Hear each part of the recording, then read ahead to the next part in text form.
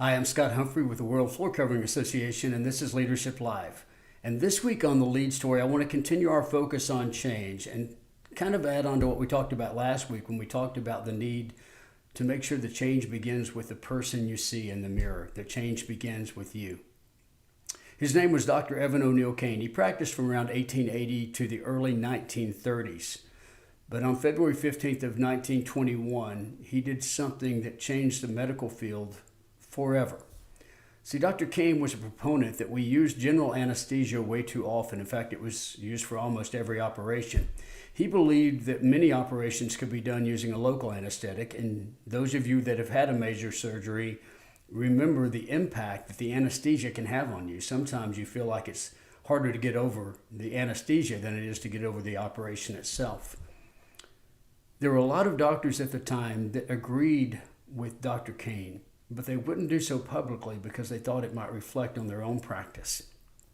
Not until he found someone who was willing to be his experiment, someone who was willing to have an operation that typically was done with a general anesthetic, but use only a local.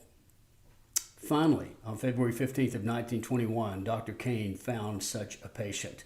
He performed the operation and the recovery time was cut down dramatically to like a day and a half in the hospital versus what had typically been a week. Amazing. And suddenly people were coming out of the woodworks, which is what happens when you experiment with change and you prove that it's possible. The change must begin with you. It's an intriguing story, but that's not the best part of it, because on February 15th of 1921, Dr. O'Neill Kane operated on Dr. O'Neill Kane. That's right. On that day, he took out his own appendix. Propped up by pillows with mirrors, he took his own appendix out. He was an amazing man, very creative. Ingenuity was not something that was often thought of in the medical field, but it was with Dr. Kane.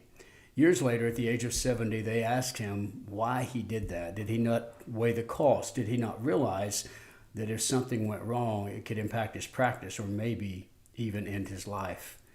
And he said something very stunning. Here's his response to that question. He said, on that day, the doctor became a patient, so the patients could trust the doctor. You want those who look to you for leadership to be more aggressive with change and to be willing to follow that leadership as it leads them toward their purpose, then it must begin with you. Dr. Kane was willing to prove that by operating on himself. Every day that you choose to be better and you live differently because of it, you are operating on yourself first. That's vital in leadership. I challenge you, go out there and live the story that you want others to tell.